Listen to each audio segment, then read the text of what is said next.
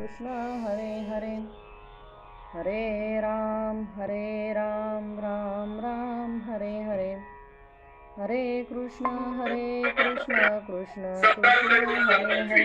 पुण्याच्या बांधर पोलीस ठाण्यात नोकरीचा आमिष दाखवून महिलेवर बलात्काराचा गुन्हा दाखल करण्यात. हरे राम राम राम हरे हरे हरे कृष्ण कृष्ण कृष्ण हरे हरे हरे राम राम राम हरे हरे हरे कृष्ण कृष्ण हरे हरे. पुंडलिक वरदार विठ्ठल श्री ज्ञानदेव तुकाराम पंढरीनाथ भगवान की जय. माऊली ज्ञानेश्वर महाराज की जय. जगद्गुरु तुकाराम महाराज की जय. सब संतन की जय. गुरुदेव दत्त बजरंग बली की जय. जय जय रघुवीर समर्थ. शुका सारिखे पूर्ण वैराग्य जाचे, वशिष्ठा परिज्ञान योगेश्वराचे. कवी वाल्मिका सारिखा मान्य ऐसा, नमस्कार माझा सद्गुरु रामदासा. जय जय रघुवीर समर्थ. गुरुर्ब्रह्मा गुरुर्विष्णू गुरुर्देवो महेश्वरा. गुरु साक्षात परब्रह्म तस्मै श्री गुरुवे नमः. वक्रतुंड महाकाय सूर्यकोटि समप्रभ निर्विघ्नं कुरु मे देव सर्वकार्येषु सर्वदा. समचरण सरोजं सान्द्रनीलाम्बुधामं जगन्विहित पाणी मंडनं मंडनानां. तरुण तुलसीमाला कंधरं कंजनेत्रं सदयधवलहासं विठ्ठलं चिंतयामि. श्री विठ्ठल. जय जय रघुवीर समर्थ. श्रीमद दासबोध दशक 3 स्वगुण परीक्षा समास 5 स्वगुण परीक्षा ड. आता स्वगुण परीक्षेचे 4 समास आहे. आपण मागे पण पाहिलं. नेहमी आपण मागे का पाहावं? मागील उजळणी पाहिजे, तेव्हा पुढे जाता येईल आपल्याला. म्हणून सगुण परीक्षा ड आहे. अ ब क हे 3 सगुण परीक्षेचे समास आपले झालेले आहेत आणि आता सगुण परीक्षा ड आहे. मग पहिला दिला जन्म दुःख निरूपण. म्हणजे जन्माला आल्यानंतर मनुष्य मरेपर्यंत फक्त दुःख आणि दुःखच भोगत असतो. सुख पाहता जवा एवढे आणि दुःख पर्वता एवढे अशी अवस्था आहे ह्याच्यामध्ये, संसारामध्ये. सुख पाहायला गेलं तर अगदी अगदी जवा एवढं, जव किती लहान आहे बघा, त्या जवा एवढं सुख आहे. आणि दुःख पाहायला गेलं तर ते पर्वता एवढं आहे. त्याच्यामुळे जन्माला आल्यानंतर जन्माचे हे मूळ तुकाराम महाराज म्हणतात, पाहिले शोधून. जन्माचे हे मूळ पाहिले शोधून, दुःखासी कारण जन्म घ्यावा. म्हणजे जन्म घ्यावा लागतोय दुःखाला कारणच. जन्माचे ते मूळ पाहिले शोधून, दुःखासी कारण जन्म घ्यावा. पाप पुण्य करुणी जन्मा येतो प्राणी, नरदेहा येऊनी हानी केली. पाप पुण्य करून जन्माला आला, पण नरदेहाला आल्यानंतर सुटण्याचा मार्ग आहे, पण सुटत नाही. पाप पुण्य करुणी जन्मा येतो प्राणी, नरदेहा येऊनी हानी केली. रजसत्वतम आहे ज्याचे अंगे, त्याच गुणे जगी वाया गेला. मग आता हा वाया का गेला बरं? समर्थ म्हणतात की जर हा मनुष्य देह नरदेह घेऊन जन्माला आला, तर मग जन्माला आल्यानंतर वाया का गेला? तर पाप पुण्य करुणी जन्मा येतो प्राणी, नरदेहा येऊनी हानी केली. आणि रज सत्व तम ह्या तिन्ही गुणामुळे काय झाला? तो वाया गेला. मग तुकाराम महाराज म्हणतात, तम म्हणजे काय? नरकची केवळ, रजतो सबळ माया जाळ. तमगुण हा केवळ नरक आहे. आणि रज तो सबळ मायाजाळ. आणि हा रजोगुण आपल्याला काय करतो, तर ह्या मायेमध्ये एवढा गुरफटून ठेवतो, एवढा बांधून ठेवतो, एवढा जकडून ठेवतो या मायेमध्ये की मायेतनं तो सुटायला मागत नाही. काय म्हणतो माहिती आहे का रजोगुण, सगळं माझं आहे, सगळं माझं आहे, सगळं माझं आहे, माझी मुलं, माझा संसार, माझं सगळं, सगळं माझं माझं माझं. शेवट परेड जेव्हापासून त्याला कळतंय ना, रांगायला लागतो ना तो. मी मागे पण एकदा गमतीशीर बोलून गेले की जेव्हा ते बाळ रांगायला लागतंय ना, त्यावेळेला असं पोटाने पुढे पुढे सरकतं ना, त्यावेळेला जे दिसेल ते असं स्वतःकडे ओढत असते, दिसेल ते स्वतःकडे ओढत असते. म्हणजे हे ओढायला जा, ते ओढायला जा, ते ओढायला जा, ते ओढायला जा, म्हणजे सगळं सगळं मला पाहिजे. ते रांगतच असते असं. म्हणजे माझं माझं आणि भ्रांतीचं ओझं शेवटपर्यंत काय आपल्या डोक्यावरनं खाली उतरत नाही. आणि मग काय होतं, या मायाजाळामध्ये तो अडकून राहतो रजोगुण. रज तो सबळ मायाजाळ. आणि तुका म्हणे येथे सत्वाचे सामर्थ्य. तुकाराम महाराज म्हणतात की सत्वगुणाचं एवढं सामर्थ्य आहे की ते सत्वाचं सामर्थ्यच आपल्याला हा भवसिंधू पार करून नेत असते. तुका म्हणे येथे सत्वाचे सामर्थ्य, करावा परमार्थ अहिर्निशी. अहिर्निशी म्हणजे काय हो, तर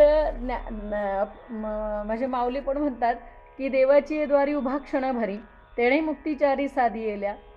हरिमुखे म्हणा, हरिमुखे म्हणा, पुण्याची गणना कोण करी.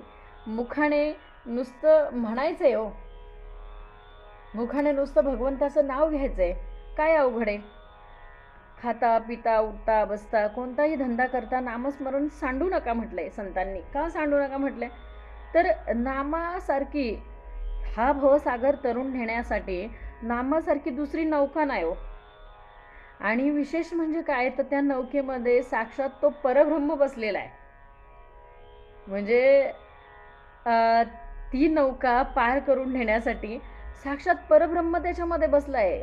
अरे मी चालवणार आहे नौका, तुला बुडण्याची भीती कशाला वाटते.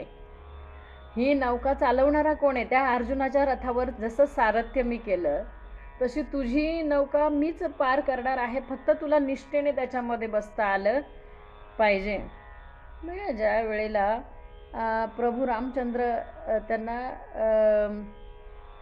नदी ओलांडून पलीकडे जायचं होतं, वनवासाला चालले, त्यावेळेला तो गुहाक असतो, त्याला सांगितलेलं असतं की बाबा रे मला पलीकडे सोड.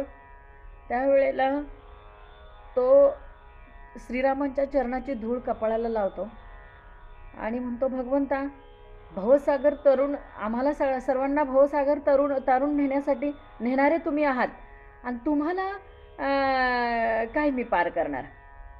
काय सुंदर ते गीत रामायणामध्ये गीत आहे ते, नकोस गंगे नकोस नौके परत फिरू ग, नकोस गंगे ऊर भरू, श्रीरामाचे नाम गात या श्रीरामाला पार करू. जय गंगे जय भागीरथी, जय जय राम दशरथी. म्हणजे त्या गंगेला पण सांगितलं, नकोस गंगे नकोस नौके परत फिरू ग, नकोस गंगे उर भरू, श्रीरामाचे नाम गात या श्रीरामाला पार करू. म्हणजे जो भवसागर पार करून नेणारा आहे तोच आज माझ्या नौकेत बसलाय आणि त्याला मला पार करायचंय. म्हणजे केवढं ते विलक्षण आहे बघा, की जो आपल्याला पार करायला आलेला आहे त्याला आपल्याला पहिलं तीरावर सोडायचंय. एवढं सुंदर ते म्हणजे खरं तर ग. माडगूळकरांचं ते गीत रामायण हे पुस्तक आहे ना, जरी आपण पुस्तक नाही घेतलं तरी आपण मोबाईलला जरी सर्च केलं तरी सुरुवातीपासून तर शेवटपर्यंत ते फार सुंदर आहे गीत रामायण. तर काय सांगतात बघा, तुकाराम महाराज पण तेच सांगतात, ज्ञानेश्वर माऊली पण तेच सांगतात आणि समर्थ पण तेच सांगतात, काय की सत्वगुणामध्ये जेवढ्या म्हणजे जास्तीत जास्त तो सत्वगुण आपला वाढीस लागला पाहिजे. पण काय होतं माहिती आहे का, की रज आणि तम या दोन्हींचं एवढं प्रभुत्व आहे, रज आणि तम गुणाचं एवढं प्रभुत्व आहे देहावर की तो सत्वगुणाला वाढीस लागू देत नाही. कुठेतरी ते रज आणि सत्व कुठेतरी उफाळून येतात, रज आणि तम, त्यावेळेला आपल्याला त्या गुणांची ओळख घेता आली पाहिजे. म्हणजे समर्थ तर नेहमी म्हणतात की आपल्याकडे आलाय कोण तो ओळखता आला पाहिजे. काम आलाय का, क्रोध आलाय का, लोभ आलाय का, मद आलाय का, मत्सर आहे का, दंभ आहे का, संशय, चिंता, कामना, भावना, ईशना, वासना, कल्पना, आपल्याकडे नेमकं कोण आलंय याची आपल्याला ओळख घेता आली पाहिजे. आपण रस्त्याने चाललोय, चालता चालता जर का आपल्याला एखादी कुठली मौल्यवान वस्तू म्हणा किंवा पैसे म्हणा आपल्याला रस्त्याने चालता चालता दिसल्यानंतर ते जेव्हा उचलण्याची आपली इच्छा होते तेव्हा आपण आधी ओळखायचं, मनामध्ये विचार करायचा, अरे आपल्याकडे नेमका आलाय कोण. मग आपल्याकडे जर का हा लोभ असेल तर आपल्याला त्या लोभावर मात करता आली पाहिजे. एखादं कामाचा विषय असेल, समोर एखादा देह दिसला, आपल्याकडे जर का विषय उभे राहिले तर आपल्याला ओळखता आला पाहिजे आपल्याकडे कोण आलाय, अरे आपल्याकडे काम आलं. आता हे भल्या भल्यांना जमलं नाही बरं का शैलजाताई, हे भल्या भल्यांना जमलेलं नाही. आपण तर म्हणजे साधी माणसं आहोत, पण तरी प्रयत्नांती परमेश्वर. आपण प्रत्येक वेळेला प्रयत्न केले पाहिजे आणि ह्या विषयांची ओळख घेतली पाहिजे. विषयांना ओळखता आलं पाहिजे हो. कारण ओळख घेतली आपण बघा एखाद्याला आपण ओळखत असू तरच आपण त्यांच्या शेजारी अगदी जाऊन बसू शकतो की नाही. तसं आपण ह्या विषयांना ओळखलं ना तर ज्या वेळेला परमार्थामध्ये आपण येतो ना तर त्यावेळेला विषयांनी आपल्याला वापरलं नाही पाहिजे, तर आपण त्यांचा वापर करायचा. आणि तेही सद्गुरु कृपे. ज्या वेळेला क्रोधाची गरज आहे ना त्यावेळेला तो क्रोध आणलेला पाहिजे. आपण त्याला आणायचं आहे की बाबा आता तुझी मला गरज आहे, इथं थोडंसं मला रागवायचं आहे, आता तू माझ्याकडे ये, असं पाहिजे. तो क्रोध आलेला नको. आलेला असेल तर आपलं नुकसान आहे. कुठलाही विषय आपल्याकडे आलेला असेल तर तो आपलं नुकसान करून जाणार आहे. पण तो आणलेला मागायचा आहे, तो मागितलेला असला, त्याला बोलवायचं आहे, बोलवलेला असला तर तो आज्ञेत कार्य करणार आहे. म्हणून त्या विषयांना वापरता आलं पाहिजे. मागे सुद्धा गुरुपौर्णिमेच्या वेळेला सुद्धा विषय झाला की बाबा गुरु कसा असावा, शिष्य कसा असावा. तर गुरुसुद्धा शिष्याला जोपर्यंत इंद्रिय दमन सांगत नाही करायला, शिकवत नाही करायला, तोपर्यंत त्या गुरुला गुरुत्व नाही हो. शिष्यास न लविती साधन न करविती इंद्रिय दमन, ऐसे गुरु अडक्याचे तिनं मिळाले तरी ते जावे. म्हणून काय सांगितलंय की परमार्थात आल्यानंतर मला प्रत्येक गोष्टीची ओळख घेता आली पाहिजे. श्रीराम समर्थ. काय सांगितलंय आत्ताच्या समासात, जय जय रघुवीर समर्थ, श्रीमद दासबोध, दशक 3 सगुण परीक्षा आणि समास 5 सगुण परीक्षा ड. आता हा शेवटचा समास आहे बरं का सगुण परीक्षेचा, त्यामुळे हा आपल्याला नीट श्रवण केला पाहिजे. कारण मागे सांगितलं की पहिलं लग्न झालं, पहिलं सुरुवातीला जन्मदुःख निरूपण दिलं. जन्मदुःखाचा अंकुर, जन्मशोकाचा सागर, जन्मभयाचा डोंगर चळे नाहीसा, जन्मकर्माची आठणी, जन्मपातकाची खाणी, जन्मकाळाची जाचणी नीच नवी, हे सगळं जन्मदुःख निरूपणमध्ये दिलं. दिल्यानंतर मातेच्या गर्भातली अवस्था दाखवली. नाकी तोंडी बैसले मास, मस्तकाद्वारी सांडी श्वास, तेही बुजले निशेष जन्मवेळी, हे सगळं दाखवलं जन्मदुःख निरूपणामध्ये. आणि मग त्यानंतर त्या जन्मदुःखातनं कसाबसा सुटून आल्यानंतर आल्या अगदी लहान असताना त्याला ज्या वेळेला थोडंफार कळायला लागतं त्यावेळेला त्याला आपल्या आईशिवाय दुसरं काहीच दिसत नाही.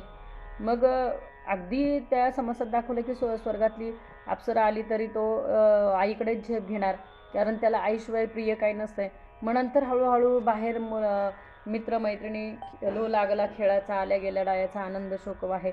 मग असा तो बाहेर मुलांमध्ये खेळायला जायला लागला. थोडं आईवडिलांवरचं प्रेम कमी होतं आणि नंतर लग्न झाल्यावर आईवडिलांचं वरचं प्रेम अजिबातच कमी होतं. मग नवरी आली या घरा, ती हव्यास वाटेवरा, म्हणे मजसारखा दुसरा कोणीच नाही.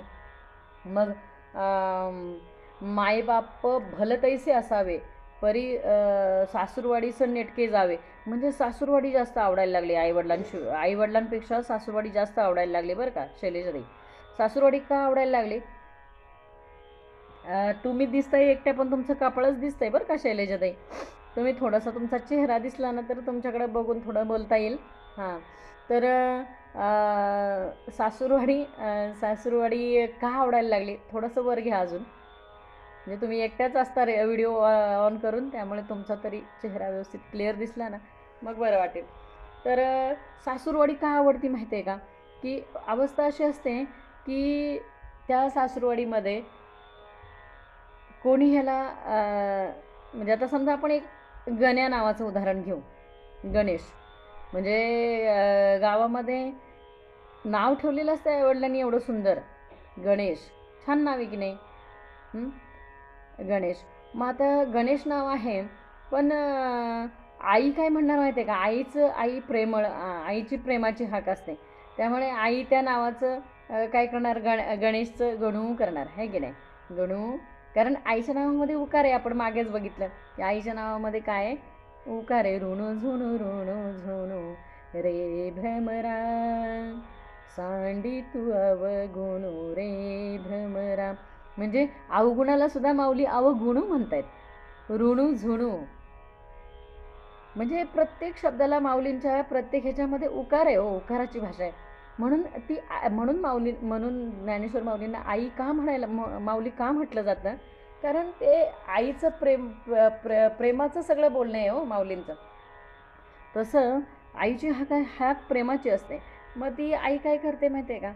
की गणेश असेल तर ती गणू म्हणते. आणि गावामध्ये काय करतात गावातले लोक? गणेश असेल तर गण्या म्हणतात, बरोबर ना? हां, मग गावातल्या लोकांना काय घेणं देणं नाही. ते काय म्हणणार? ए गण्या. मग ज्या वेळेला त्या गण्याचं लग्न होतं आणि ज्या वेळेला तो गण्या सासरवाडीला जातो, त्यावेळेला तिथं सासूरवाडीमध्ये त्याला कोण गण्या म्हणतं का हो? सासूरवाडी एवढी प्रिय का वाटते बरं माणसाला? तर त्या सासूरवाडीमध्ये त्याला कोणी गण्या म्हणणार नाही. मग त्या सासूरवाडीमध्ये त्याला काय म्हणतात? गणेशराव. बरोबर आहे की नाही? म्हणजे गणेशराव आईची प्रेमाची हाक आहे गणू.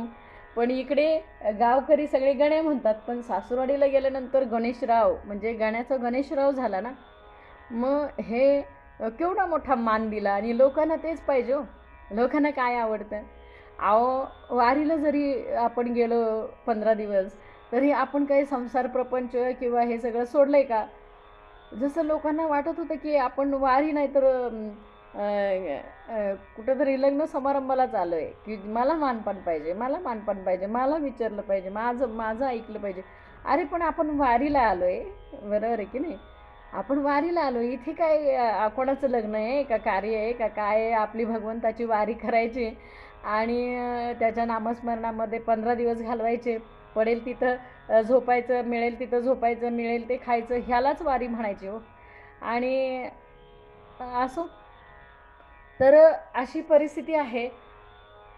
पुढे काय झालं मग? की पहिलं लग्न झालं, पहिली पत्नी गेल्यानंतर मग त्याला एवढं दुःख झालं. तो म्हणला आता माझा बुडाला संसार, आता मी काय जगत नाही.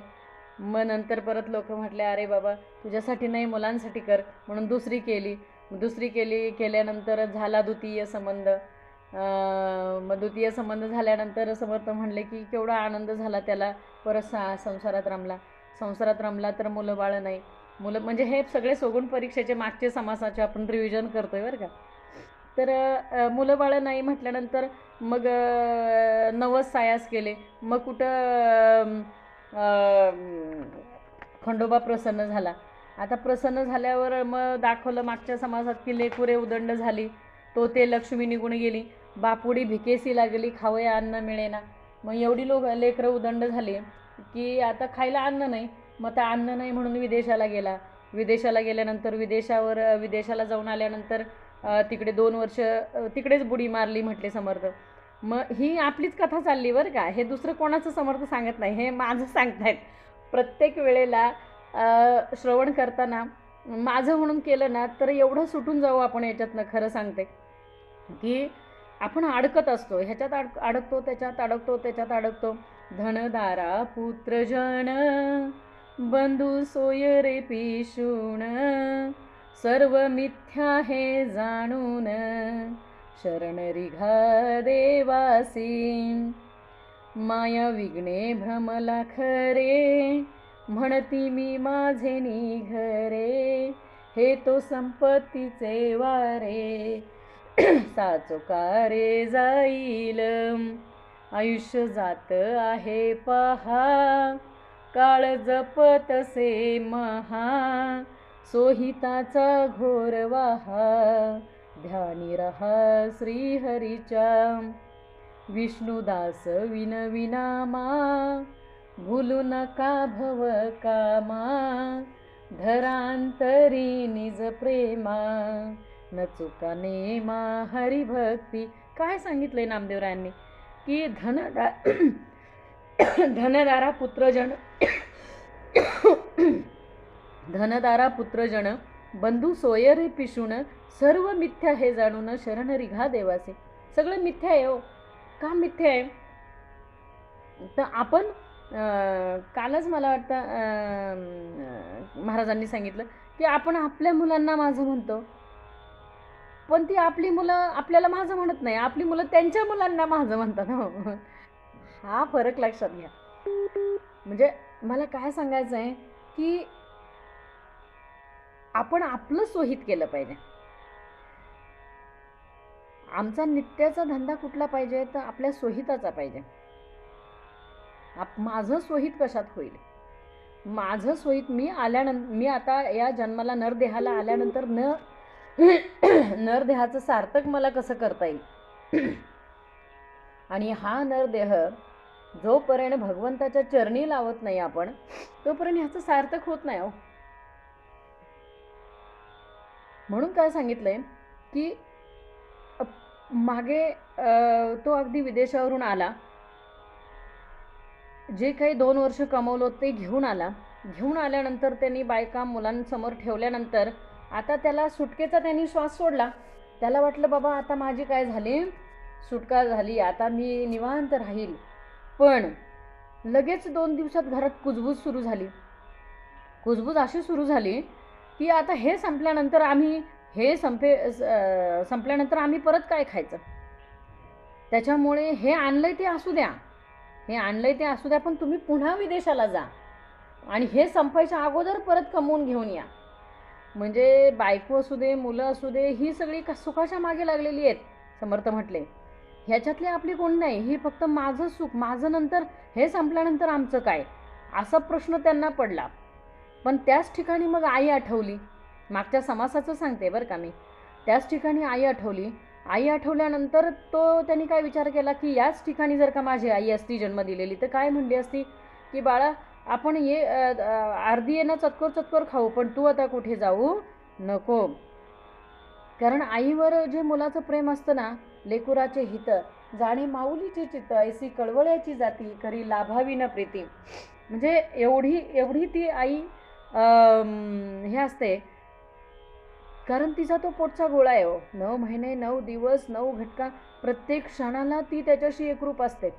जसं तिला ते बाळ आपल्या पोटामध्ये वाढत असते ना, तसं ती त्या काय बघत नाही ती की मुलगा आहे का मुलगी आहे का काय, पण त्या बाळाशी ती केवढी एकरूप असते ती आई.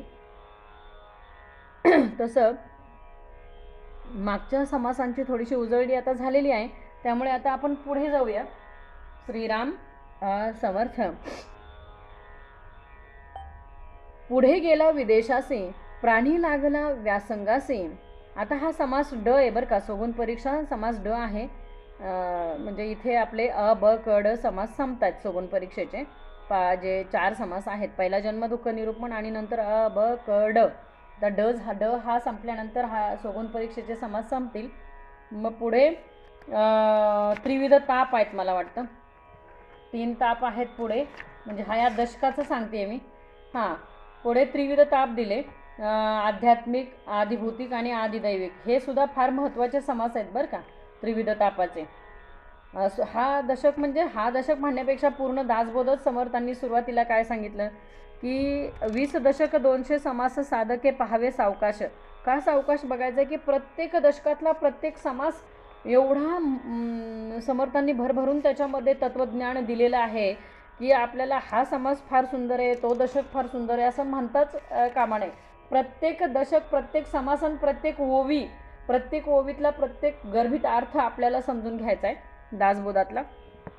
तर त्याच्यामध्ये काय सांगितलंय, पुढे गेला विदेशासी प्राणी लागला व्यासंगासी आपल्या जीवेसी सोशी नाना श्रम.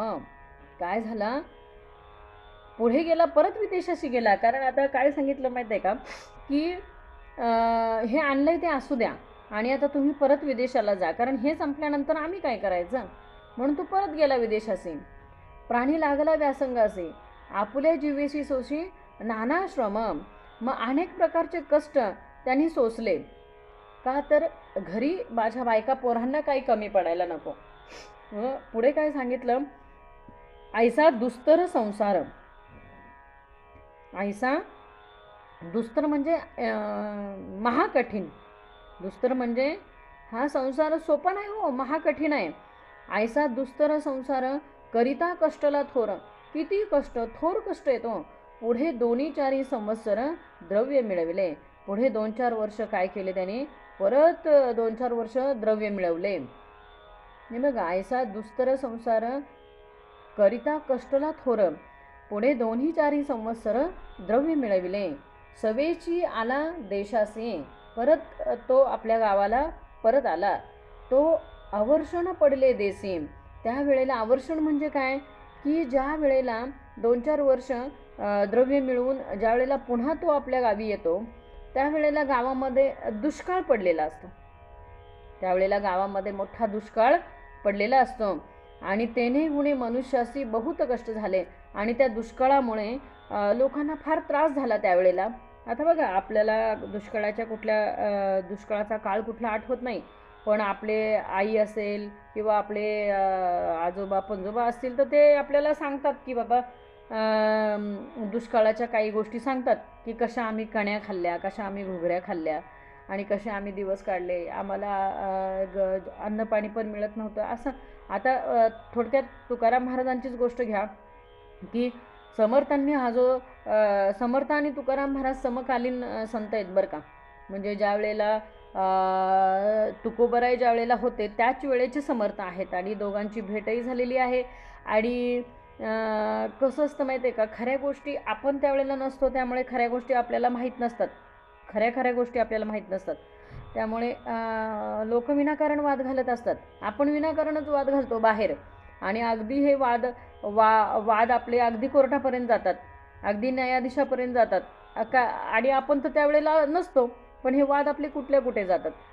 पण खरी गोष्ट अशी आहे की ज्या वेळेला शिवाजी महाराज तुकाराम महाराजांकडे गेले अनुग्रह घेण्यासाठी, की मला अनुग्रह द्या. आता तुकाराम महाराज तर जगद्गुरू आहेत, आपण त्यांना जगद्गुरू म्हणतो. जगद्गुरू म्हणजे नुसतं आपल्या महाराष्ट्राचे गुरु नाही आहेत किंवा फक्त भारताचे गुरु नाहीत, जगद्गुरू, जगाचे पूर्ण विश्वाचे गुरु आपण मानतो, जगद्गुरू. मग ते तर सर्वांचेच गुरु आहेत, मग ते शिवाजी महाराजांचे पण गुरुच आहेत. पण त्यांनी जो अनुग्रह आहे ना, तो अनुग्रह घेण्यासाठी मात्र शिवाजी महाराजांना समर्थांकडे पाठवलं. का पाठवलं तर तुकाराम महाराज म्हटले की तुमची वाट पाहत आहेत, समर्थ रामदास स्वामी तुमची वाट पाहत आहेत, तर तुम्ही त्यांना जाऊन भेटावं आणि त्यांच्याकडून अनुग्रह घ्यावा. आता ह्या गोष्टी आपण लोकांना सांगायला गेल्या ना, लोकांना पटत नाही. लोक म्हणतात की शिवाजी महाराजांचे गुरु तुकाराम महाराज. ठीक आहे ना, आपण होला हो म्हणायचं.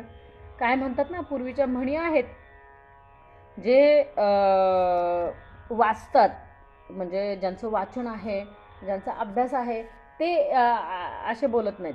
पण ज्यांचं वाचन अजिबात नाही आणि IQ गोष्टी बोलत असतात ना, तेच फक्त एवढं बोलणार. तर त्यामुळे त्यांना म्हणायचं, आमचे वडील नेहमी म्हणायचे, कोणी म्हटलं ना की बैल घामना, तर म्हणायचं काय, 9वा महिना. आपण पण म्हणायचं, हां तुम्ही म्हणताय तर आम्ही त्याच्या पुढचं बोलतो, आहे की नाही. तर त्यामुळे तिथं आपण वाद घालायचं नाही. वादे वादे जायते तत्वबोधे, बोधे बोधे भासते चंद्रचूडे. वाद घालत बसलं तर आपली आत्मस्थिती जाणार आहे, आपला तत्वबोध जाणार आहे. त्यामुळे समोरचं जसं असेल तसं बोलून आपलं अंग काढून बाजूला व्हायचं. तुझं तुझ्यापाशी बाबा, माझं माझ्यापाशी. म्हणून काय सांगितलं, पुढे गेला विदेशासी प्राणी लागला व्यासंगासी आपुल्या जीवेशी सोशी नाना श्रम. ऐसा दुस्तर संसार करिता कष्टला थोर.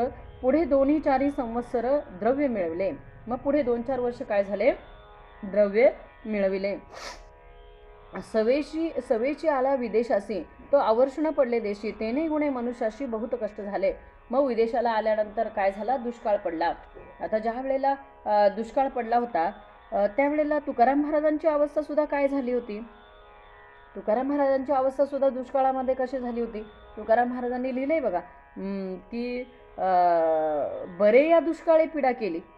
काय म्हटले, बरं झालं देवा दुष्काळ पडला, बरं झालं बाईल कर्कशात, बरे झाले देवा दिवाळे निघाले, बरे या दुष्काळी पीडा केली. आणि बरे झाले देवा बाईल कर्कशा, बायको पण कर्कश आहे ते पण बरंच झालं, म्हणून तो तुझ्या चरणापाशी आलो ना. संसारात सगळं सुख असेल मनुष्याला, संसारात जर का बायको अनुकूल असेल, संसारात सगळं सुख असेल, अगदी आयुष्य आरामात राहत असेल, त्याला कशाला देव आठवेल हो, बरोबर ना. काही लोकांचं फक्त काय लोकांना वाटतं माहिती आहे का, की बाबा हा जन्म कशासाठी आहे, परत परत जन्म नाही, मजा हजा करून घ्या, सगळं आयुष्य आरामात राहा, परत हा जन्म नाही. बरोबर आहे, तुम्ही परत हा जन्म नाही म्हणता हे बरोबर आहे. पण जर का आपण या जन्मामध्ये येऊन, कारण कुठल्याच योनीमध्ये त्यांना हे ज्ञान नाही आहे की भगवत प्राप्ती करण्याचं, कोणत्याही योनीला भगवंताच्या प्राप्तीचं ज्ञान नाही आहे. मग ते ज्ञान फक्त मनुष्य देहाकडे, की मला अभंग म्हणायचा आहे, मला हरिपाठ करायचा आहे, मला काकडा करायचा आहे, मला काहीतरी देवाचं गुणगुणायचं आहे, हे ज्ञान फक्त मनुष्य देहाला आहे. मग या देहामध्ये आल्यानंतर जर का आपण भगवत भक्ती न करता बाकी सगळं केलं, तर मग इतर प्राण्यांमध्ये आणि आपल्यामध्ये काय फरक राहतो. कारण जे काही बाकीचे जे विषय आहेत ते सर्व योनी समसमान आहेत. आहार निद्रा भय मैथून हे सगळीकडे सारखंच आहे. किंवा आहार निद्रा भय मैथून सर्व योनीचं समसमान. मग सगळ्या योनीला जर का हे समान आहे, तर मग आपण वेगळे आहोत ना. आपल्याला कुत्र्यासारखं भुंकता येत नाही, आपल्याला माणसासारखं बोलता येतंय, बरोबर ना. मग आपल्याला जर का माणसासारखं वेगळं काहीतरी बुद्धी आणि वाचा, आपल्याला एक वाचा नाही दिलेली आहे, आपल्याला 4 वाचा आहेत. परा, पश्यंती, मध्यमा आणि वैखरी, 4 वाचा आहेत आपल्याला, एक वाचा नाही हो. मग या 4 वाणीने मनुष्य काय काय बोलतो बघा. परा, पश्यंती, मध्यमा आणि वैखरी. मग तो परेमध्ये उत्तमाचंच असतं, पण ते वैखरीपर्यंत येईपर्यंत बदलतं. परेमध्ये जे निर्माण होतं ना ते उत्तमाचंच असतं. म्हणून जो बघा सात्विक असतो ना, त्याच्या पोटात आणि ओठात दोन्हीकडे एकच आहे. आपण काय म्हणतो, ओठात एक आणि पोटात एक. तर ही पोटातली वाणी आहे ती परा आहे, आणि ही जी मुखातली आहे ती वैखरी आहे. परा, पश्यंती, मध्यमा, वैखरी. जे शिजलंय तेच मुखापर्यंत तेच आलं पाहिजे. बघा तुकाराम महाराजांचा सुंदर अभंग आहे, घेई घेई माझे वाचे, गोड नाम विठोबाचे. अखंड ह्या वाचेने काय घेता आलं पाहिजे, तर विठोबाचं गोड नाम घेता आलं पाहिजे. घेई घेई माझे वाचे, गोड नाम विठोबाचे, डोळे तुम्ही घ्या रे सुख. डोळ्यांना काय सुख, काल काय सुख पाहिलं आपण दादा, आताच जॉईन झालेत राहुल दादा. आपण काय सुख पाहिलं राहुल दादा गावडे. आपण डोळ्यांनी काय सुख पाहिलं बरं काल. काल एवढं सुख सोहळा पाहिला, एवढं नाचलो, एवढं आनंदाने वारीमध्ये, आनंदाने एवढं वारीमध्ये हे झालो. पण कालचा थकवा आज निघाला. 5 वाजता बाहेर ना आल्यानंतर जी झोप लागून गेली, तर 8:45लाच मला मुलाने उठवलं, मम्मी अगं तुला दासबोध आहे आज आणि तुलाच बोलायचंय, 8:45 वाजलेत आता तरी उठ म्हणून उठवलं. त्यामुळे अगदी झोपेतनं उठल्याच्या अवस्थेतच मी बसलेली आहे इथे. खरं तुम्ही समजून घ्याल. तर काय म्हणतात तुकाराम महाराज, की ह्या वाचनी पण भगवंताचं गोड नाम घेतलं पाहिजे, या डोळ्यांनी पण त्याचंच सुख बघितलं पाहिजे. तुम्ही ऐका रे कान माझ्या विठ्ठलाचे गुण, मना तेथे धाव घेई राही विठोबाचे पायी, आणि तुका म्हणे जीवा नको सोडू या केशवा. अखंड तुकाराम महाराज म्हणतात की या जीवाला अखंड सांगतात की त्या केशवाला मात्र सोडू नको. का सोडू नको, तर जन्माचं सार्थक आहे तिथे. त्या केशवापाशी, त्या भगवंतापाशी काय आहे, तुमच्या आमच्या जन्माचं सार्थक आहे. म्हणून काय सांगितलंय पुढे, एकाच्या बघा आता इथं दुष्काळ पडला, जसं तुकाराम महाराजांच्या वेळेला पण काय झाला होता, दुष्काळ पडला होता. आणि दुष्काळामध्ये तुकाराम महाराजांचा पण मुलगा गेला, पत्नी गेली, तुकाराम महाराजांची पण तुकाराम महाराजांना दुसरी पत्नी करावी लागली. म्हणजे तिथं सुद्धा त्यांना संसारात केवढे दुःखच झालं हो. मग जो आता पुढे त्रिविध ताप दिलेत ना आपल्याला, त्याच्यामध्ये समर्थ सांगणारच आहेत. आध्यात्मिक, आदिभौतिक आणि आदिदैविक हे त्रिविध ताप दिलेत आपल्याला पुढे. त्या त्रिविध तापामध्ये समर्थ काय म्हणतात की त्रिविध तापातनं जो पोळून येतो ना, म्हणजे जो संसार दुःखे दुखवला, जो त्रिविध तापे पोळला, तोची एक अधिकारी झाला परमार्थासी. जो संसाराच्या दुःखामध्ये अत्यंत दुःखी होतो, जो या त्रिविध तापामध्ये पोळून निघतो ना, तोच संसारात काय होतो, अधिकारी होतो. संसारात अधिकारी व्हायचा असेल तर हे त्रिविध तापसुद्धा बघता आले पाहिजे. म्हणून काय सांगितलंय बघा, दुष्काळ पडल्यानंतर अवस्था काय झाली, एकाच्या बैसल्या अमृत कळा, एकास चंद्री लागली डोळा, एके कापती चळचळा दैन्यवाणे. अवस्था कशी आहे बघा. त्याने घरात येऊन पाहिले तर पोरांपैकी कोणाची बघा, कोणाची गालफडे बसलीत, कोण अगदी म्हणजे थरथर कापतंय, कारण अन्न नाही, बरेच दिवस खायला काय घरात अन्न नाही ना. एवढ्या अवघड परिस्थितीमध्ये हा 4 वर्ष विदेशाला होता, पण आल्यानंतर घरी अवस्था बघितली तर हे दुष्काळ पडलाय आणि अन्न करून लोक मरत आहेत, अशी अवस्था त्यांनी बघितली. एके दिनरूप बैसले, एक सुजले एक मेली, एक दिनरूप बैसली, एक सुजली एक मेली, ऐसी कन्यापुत्र देखिली अकस्मात डोळा. अशी कन्यापुत्र बघितली, जी सोडून गेला होता, ज्यांच्यासाठी 4 पैसे मिळवण्यासाठी बाहेर गेला होता विदेशाला. आल्यानंतर अवस्था बघितली, दुष्काळाने कशी पीडा केली, तर कोणी मेलं, तर कोणी काय झालंय, एक सुजली एक मेली. तेने बहुत दुःखी झाला, देखून या उबड आला, प्राणी अक्रंदू लागला दैन्यवाणे. आणि मग अशी अवस्था मुलाबाळांची, बायका पोरांची बघून अत्यंत दुःख झालं त्याला. कारण संसार मुळातच दुःखरूप आहे हो. संसार मुळातच काय आहे, दुःखरूप आहे. लागती दुःखाचे इंगळ, हे दुःखाचे इंगळ आहे हो. म्हणून समर्थ सुद्धा सांगतात की संसार म्हणजे महापूर, हा महापूर आहे. माझी जलचरे अपार डंकू धावती विकार काळ सर्प. ती मदालसा सुद्धा, मी नेहमी सांगते, ती मदालसा सुद्धा आपल्या बाळाला, पाळण्यातल्या बाळाला सांगत असते, अरे कशाला आलास बाबा इथे, इथे का आलास तू, या संसारामध्ये तू का आलास. उपदेश मदालसा देह निर्मिला कैसा, आलास कवन्या वाटा मातेची गर्भवासा. कशाला आलास मातेच्या गर्भवासात, असं ती मदालसा म्हणत असते. हा पंथ उखटा रे पचलास कर्म कोठा, अविचारी बुद्धी तुझी पुत्र राया दटा. उपदेश मदालसा सोहम जो जो रे बाळा. बघा काय म्हणते ती, 9 महिने कष्टून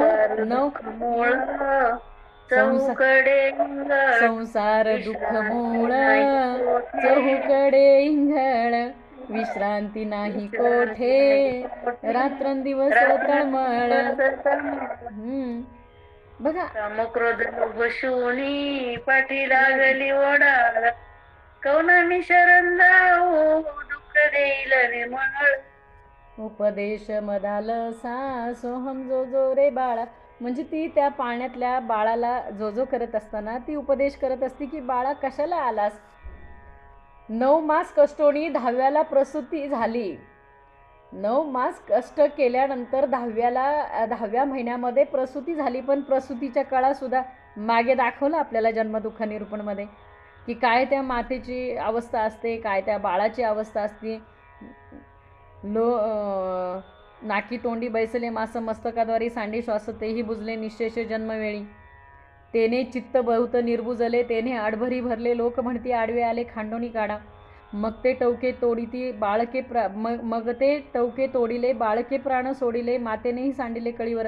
या भयंकर अवस्थेमधनं आपण सहज सुखरूप आलोय हो. त्या मातेला केवढा हा त्रास आहे. जन्माला बाळ घालायचं म्हणजे काय सोपी गोष्ट नाही हो.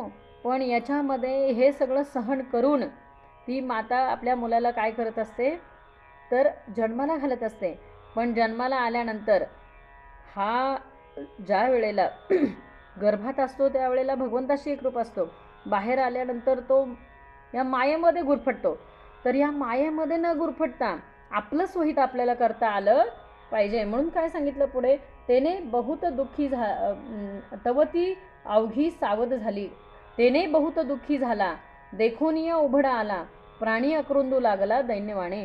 मग ही सगळी मुलाबाळांची अशी भयंकर अवस्था बघून काय झाला तो अत्यंत दुःखी झाला आणि मग सगळ्यांना काय जवळ घ्यायला लागला. ही आपली कथा आहे हो. ही तुमची आमची कथा आहे. प्रत्येकाच्या जीवनाची कथा आहे. ही समर्थांनी 4 समासामध्ये दिलेली आहे. तवती अवघी सावध झाली म्हणती बाबा बाबा जेऊ घाली अन्ना लागी मिडकली झडा लागली.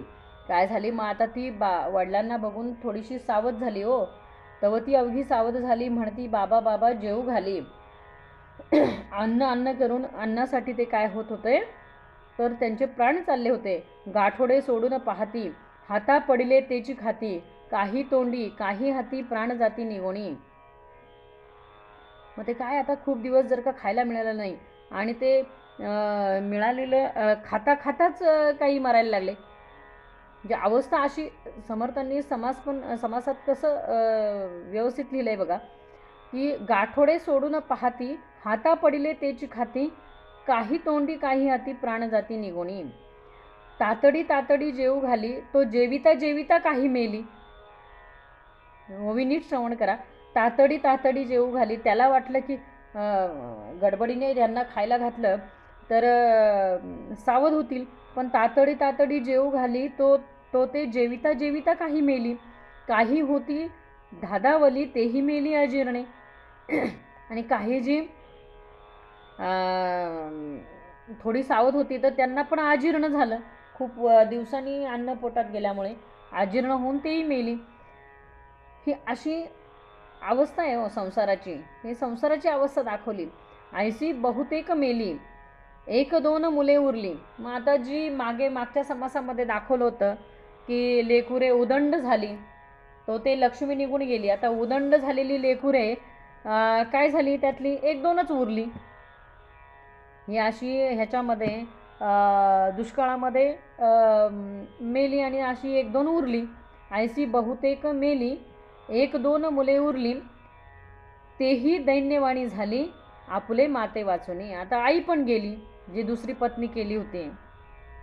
मागच्या समासापर्यंत द्वितीय संबंधापर्यंत झालं होतं नाही का. दुसरा विवाह केला होता तर ती पत्नी पण मेली त्या दुष्काळामध्ये आणि मुलं पण मेली.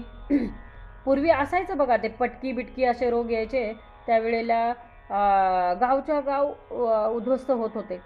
आता पूर्वीचं कशाला आपण आत्ताच बघा ना करोनामध्ये काय अवस्था झाली लोकांची. आपण आज देवाचं एवढं महत्त्व म्हणजे ऋण व्यक्त केलं पाहिजे तुम्ही आम्ही की एवढ्या करोनाच्या काळातनं परिस्थिती अशी होती त्यावेळेला तरी मनुष्यदेह सुधारला नाही हो. परिस्थिती इतकी भयंकर होती की त्या करोनाच्या काळामध्ये की कधी आपल्यातला बोलता बोलता माणूस कधी गेलेला कळलं की इतका त्रास होत होता की अरे हा गेला तो गेला तो गेला तो गेला. म्हणजे असं वाटत होतं की हे सगळं ऐकण्यापेक्षा भगवंता मलाच घेऊन जा की मी ह्याचं ऐकू का त्याचं ऐकू का त्याचं ऐकू. त्या करोनाच्या काळामध्ये किती भयंकर अवस्थेमधनं तुम्ही आम्ही भगवंतानी आपल्याला का ठेवले हो. तर त्या मिळालेल्या आयुष्याचं सार्थक करायला पाहिजे की नाही. तर आज बघायला गेलं तर एवढी वाईट परिस्थिती आहे की आपण जवळजवळ आपल्या ग्रुपमध्ये आता 900,000 लोक व्हायला लागलेत. पण जॉईंट फक्त किती आहेत बघा 14-15 लोक जॉईंट आहेत. मग आपण एवढ्या प्रसंगातून आपण बाहेर आलो आहे तर आपण दिवसातला 1 तास तरी आपल्या स्वतःसाठी काढता आला पाहिजे. 1 तास तरी हो. निदान निदान रोजच्या श्रवणाला आता एवढं ज्ञानेश्वरीवर प्रवचन होतात. ज्ञानेश्वरी आहे, दासबोध ग्रंथ आहे, श्रीमद भागवत आहे, एकनाथी भागवत आहे, तुकाराम महाराजांची गाथा आहे. मग हे सगळं असताना आपल्याला ते गोड वाटत नाही.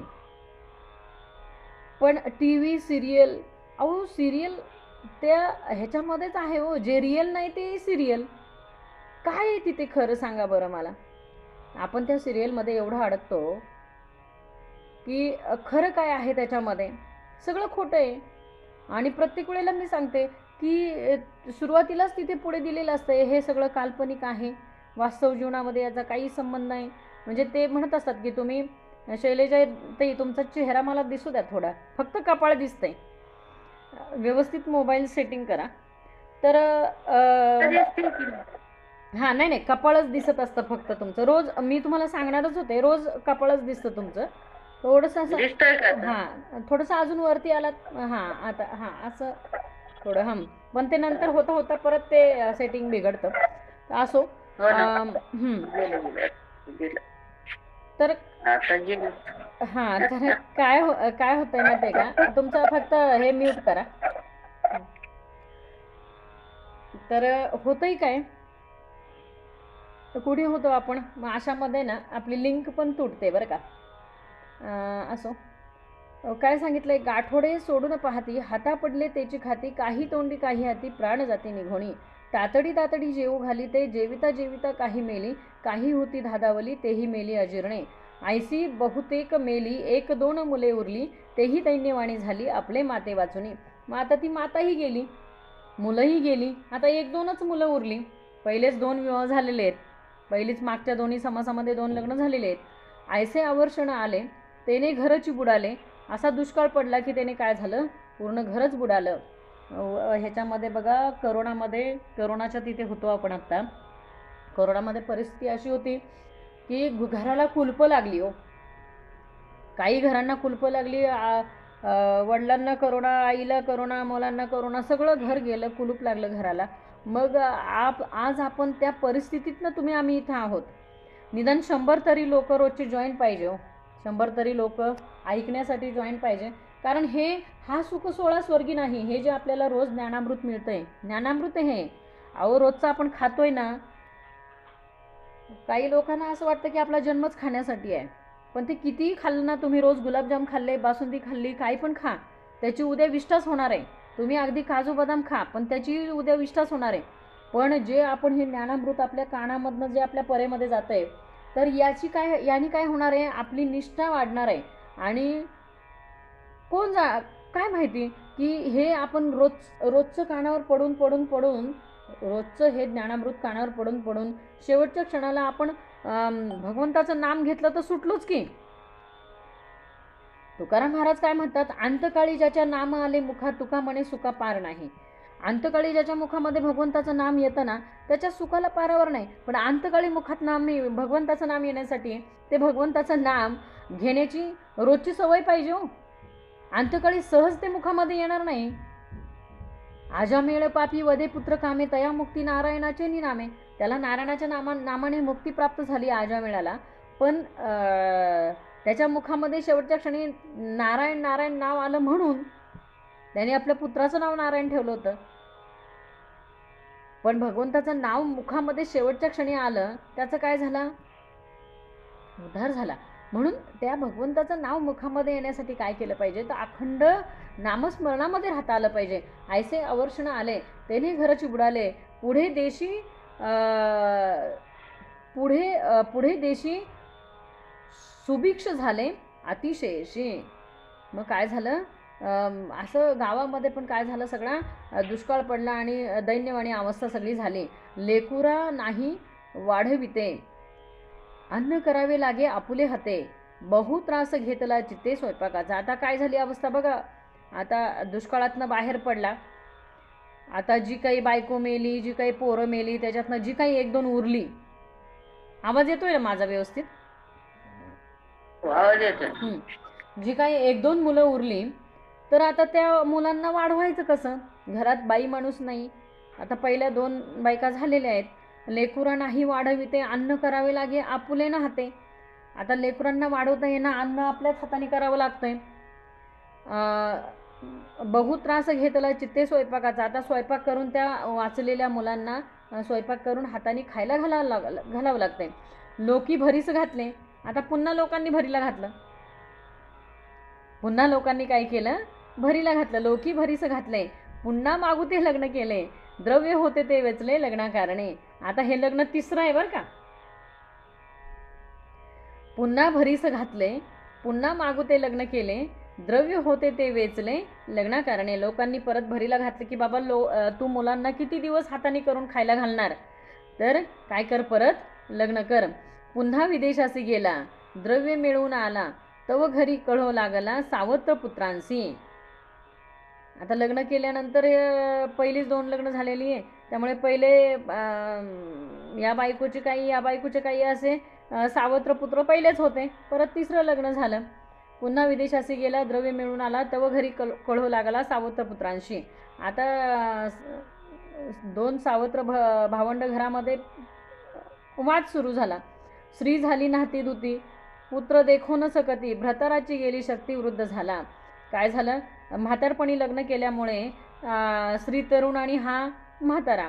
ह्याचं तिसरं लग्न म्हटल्यावर हा म्हातारा आणि स्त्री तरुण आणि मुलं तरुण आणि बायको जी तिसरी आहे ती पहिल्या मुलांच्या वयाची. म्हणजे अशी ती विचित्र अवस्था. असं अजूनही आपल्याला बघायला मिळतं बरं का कुठे कुठे. तर ही अशी विचित्र अवस्था म्हणजे समर्थांनी हे आपलंच दिलं आहे, हे बाहेरचं कुठलं नाही आहे आणि याच्यात खोटं काहीच नाही मला सांगा. तर अवस्था कशी आहे पुढे? सदा भांडणं पुत्रांचे. कोणी नायक ती कोणाचे. वनिता अतिप्रीतीचे प्रीतीपात्र. बघा, म्हातारपणी बायको केली तर बायकोलाही दुखवता येत नाही. आणि आता सावत्र पुत्रांची जी भांडणं लागली मध्ये घरामध्ये, तर त्या तिथे पण काय झालं?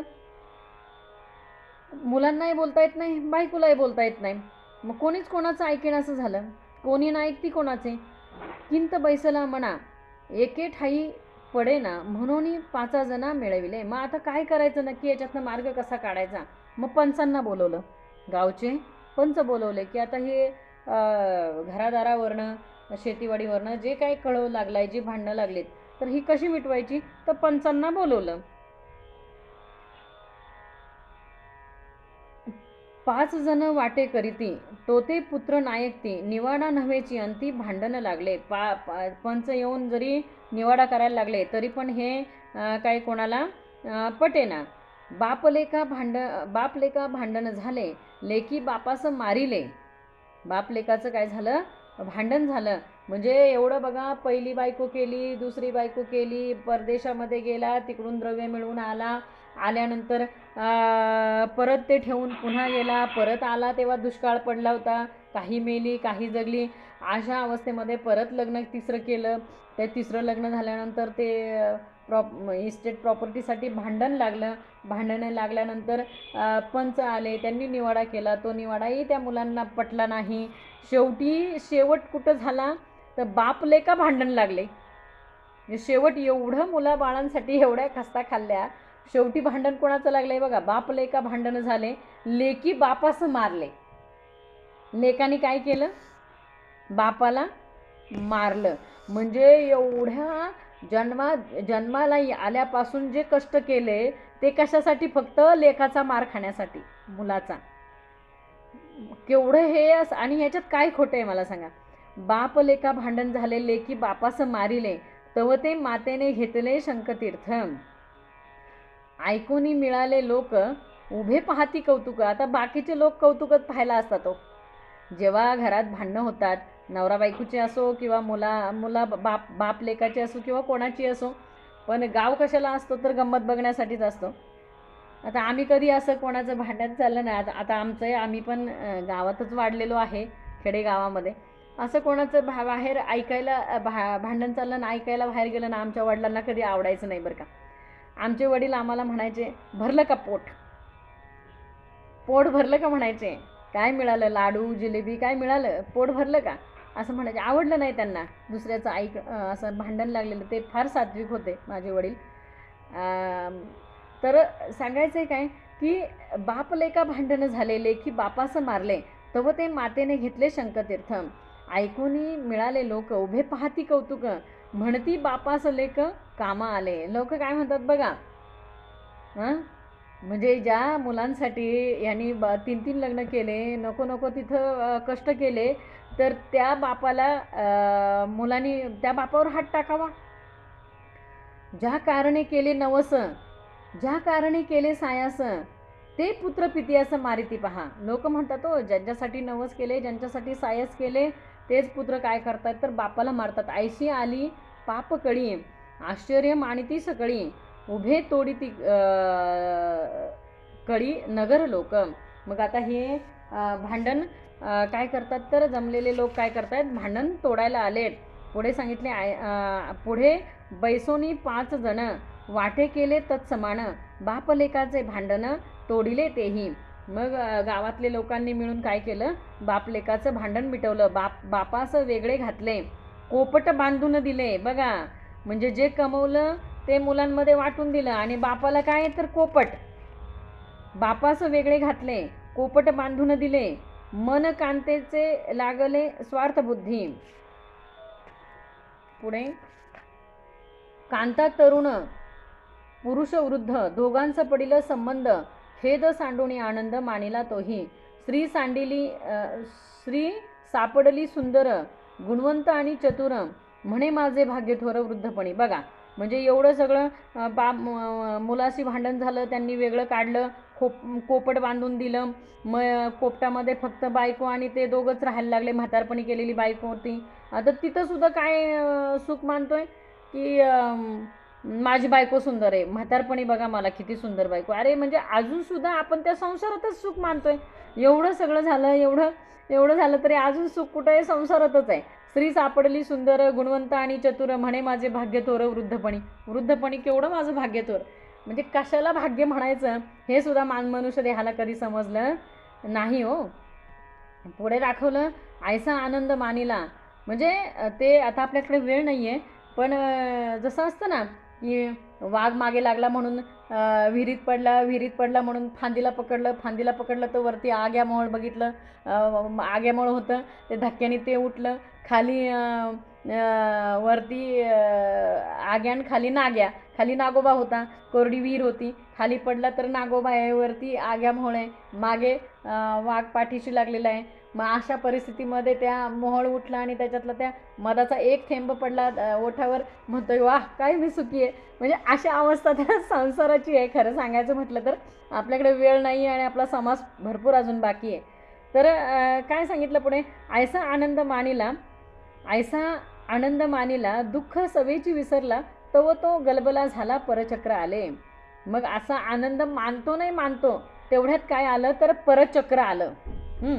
आता परचक्र म्हणजे काय की त्यावेळेला परचक्र म्हणजे काय, त्यावेळेला त्या काळामध्ये हिंदवी स्वराज्याची स्थापना नव्हती.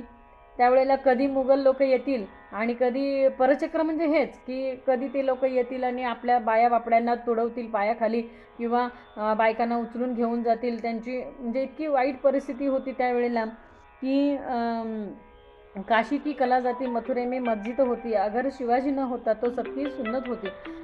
अशी अवस्था त्यावेळेला होती हो, की शिवाजी महाराज जर का नसते तर आज आपण कुठे असतो माहीत नाही. म्हणून ऐसा आनंद मानिला, दुःख सवे विसरला, तव तो गलबला झाला परचक्र आले. अकस्मात धाडी आली, कांताबंदी धरून नेली, वस्तभावही गेली प्राणियाची. मग असं ते परचक्र आल्यानंतर बायको ते घेऊन गेले, तरुण स्त्री दिसली, त्यांनी घेऊन गेल्यानंतर त्याने दुःख झाले भारी, दीर्घ स्वरे रुदन करी, मनी आठवली सुंदरी गुणवंत. मग आता मनामध्ये काय, आपली बायको आठवतोय, गुणवंत होती, सुंदर होती. तव तिची वार्ता आली, तुमची कांता भ्रष्ट झाली, ऐकून ही अंग घाली पृथ्वीवरी. तेव्हा कळलं की तुमची कांता काय झाली, भ्रष्ट झाली. पुढे सांगितलं सवे अपसवे लोळे, जळे पाझळती डोळे, आठविता चित्त पोळे दुःखा नळे, द्रव्य होते मिळविले, तेही लग्नास वेचले, कांतेसही धरून नेले दुराचारी. मजही वृद्धाप्य आले, लेखी वेगळे घातले, आहा देवा ओढविले अदृष्ट माझे आता देव आठवला. म्हणजे सगळं एवढं झाल्यानंतर आता शेवटी देव आठवला की बायको पण परचक्र आले. बायको तू तरुण सुंदर होती ते घेऊन गेले. मुलांनी वेगळं घातलं. सावत्र मुलं एकमेकांचं भांडण करून मुलांनी वेगळं घातलं. आता कोणीच नाही. द्रव्य नाही कांता नाही. खालच्या ओवीतच दिलंय. द्रव्य नाही कांता नाही, ठाव नाही शक्ती नाही, देवा माझं कोणीच नाही तुझं वेगळे. म्हणजे एवढं सगळं झालं. 3 लग्न झाले, संसार झाला, विदेशाला गेला, सगळं केलं. सगळं करून झाल्यानंतर आत्ता म्हणतो देवा मला कोणी नाही तुझं वेगळे. हे अगोदरच म्हणलं असतात तर. म्हणून काय सांगितलंय बघा, द्रव्य नाही कांता नाही, ठाव नाही शक्ती नाही, देवा माझं कोणीच नाही तुझं वेगळे. पूर्वी देव नाही पूजिला, वैभव देखून भुलला, सेखी प्राणी प्रस्तावल्या वृद्धपणी, देह अत्यंत खंगले, सर्वांग वाळून गेले, वाहत पित उसळले, कंठ दाटला कपे, वळे जिवेची बोबडी, कपे कंठी घडघडी, दुर्गंधी सुटली तोंडी, नाकी श्लेष्मा वाहे. म्हातारपणीची अवस्था दाखवली. मान कापे चळचळा, डोळे गळती भळबळा, वृद्धपणी अवकळा ठाकून आली, दंतपाती उखळती, तेने बोचरखिंडी पडली, मुखी लाळ गळू लागली दुर्गंधीची, डोळा पाहता दिसेना, कानी शब्द ऐकेना, दीर्घ सोरे बोलवेना, दमा दाटे, शक्ती पायाची राहिली, बैसवेना मुरकुटी घाली, बृहती वाजो लागली तोंडास ऐसी, शुधा लागता आवरेना, अन्न समयी मिळेना, भूक लागलेली पण आवरेना. आता अन्न समयी मिळेना, कोण घालणार? मिळाले तरी चालेना, दात गेले, पित्ते जिरेना अन्न, भक्षिताई होई वमन. म्हातारपणीची ही अवस्था आहे हो, की अन्न मिळालं तरी ते पचत नाही किंवा कधी मिळतही नाही. मग सांगायचं आहे काय भगवंताला, की जोपर्यंत देहामध्ये शक्ती आहे, हातपाय धडधाकट आहे, तोपर्यंत भगवत भक्ती करता आली पाहिजे. म्हातारपणी सगळंच जातं आहे हो.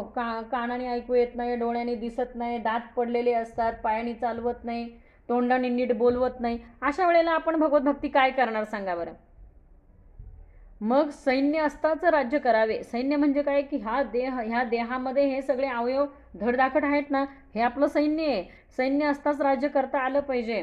आहे तरुण तोपर्यंत तरुण जाता आलं पाहिजे. म्हातारपणी परमार्थ होत नसतो. म्हणून सांगितलंय काय, पिते जिरेना अन्न, भक्षिताई होय वमन, तैसेची जाय निगोण अपान द्वारे, विष्ठामूत्र आणि वळस, भोवता वमने केला नास, दुरून जाता कोंडे श्वास विश्वजनाचा. अगदी शेजारून जरी माणूस गेला तरी नाक धरून पुढे जातो. एखाद्या म्हाताऱ्या माणसाच्या अवस्थेपासून एखादा माणूस त्याच्या शेजारून गेला तरी तो नाक धरून जातो पुढे. का तर ते त्याला वास पण घेवत नाही. नाना दुःखे नाना व्याधी, वृद्धपणे चळी बुद्धी, तरी पुरेना अवधी आयुष्याची, पापण्या भवयाचे केश, पिकोनी झडले निशेष, सर्वांगी लोंबले मास, चिरकुटासारखे मास सर्वांगी लोंबलेला आहे. देह सर्व पारिखे झाले, सवंगडे निशेष राहिले, सकळ प्राणी मात्र बोले मरे नाका. मग आता सगळे लोक काय म्हणायला लागले, की आता मरण का मरत नाही बरं हा, मरे नाका. आता देवा याला मरण दे. काय आपल्या घरातले सुद्धा अगदी हंतरुणावर लोळणारा माणूस असेल आणि शू सगळं करावं लागत असेल तर घरातले जन्म दिलेली लोक म्हणतात की बाबा देवा आता न्या म्हणून.